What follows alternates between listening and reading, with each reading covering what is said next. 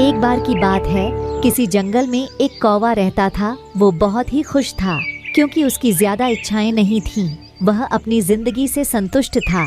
लेकिन एक बार उसने जंगल में किसी हंस को देख लिया और उसे देखते ही सोचने लगा कि ये प्राणी कितना सुंदर है। ऐसा प्राणी तो मैंने पहले कभी नहीं देखा। इतना साफ और सफेद। यह तो इस जंगल में औरों से बहुत सफेद और सुंदर है, इसलिए यह तो बहुत खुश रहता होगा।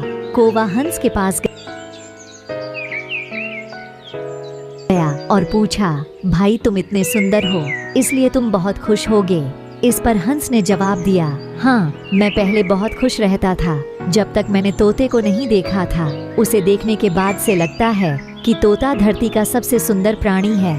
हम दोनों के शरीर का तो एक ही रंग है, लेकिन तोते के शरीर पर दो दो रंग है। उसके गले में लाल रंग का घेरा और वो सुर्ख हरे रंग का था। सच में वो बेहद खूबसूरत था।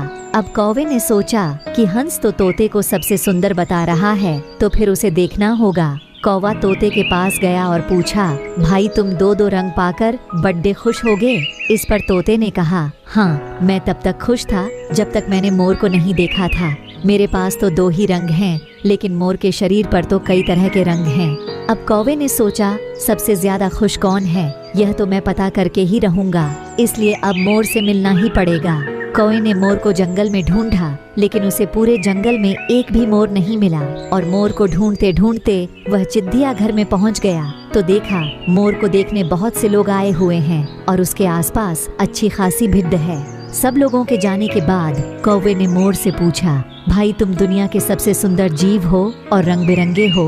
तुम्हारे साथ लोग फोटो खिंचवा रहे थे, तुम्हें तो बहुत अच्छा लगता होगा और तुम तो दुनिया के सबसे खुश जीव होगे।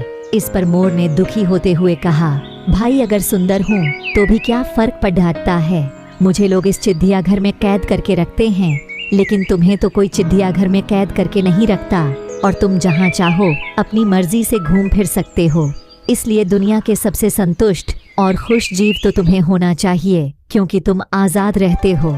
कौवा हैरान रह गया क्योंकि उसके जीवन की अहमियत कोई दूसरा बता गया। दोस्तों, ऐसा ही हम लोग भी करते हैं। हम अपनी खुशियों और गुणों की तुलना दूसरों से करते हैं, ऐसे लोगों से जिनका रहन सहन का माहौल हमसे बिल्कुल अलग होता है।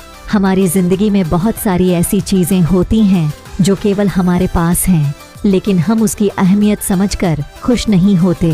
लेकिन दूसरों की छोटी खुशी भी हमें बड़ी लगती है, जबकि हम अपनी बड़ी खुशियों को इग्नोर कर देते हैं।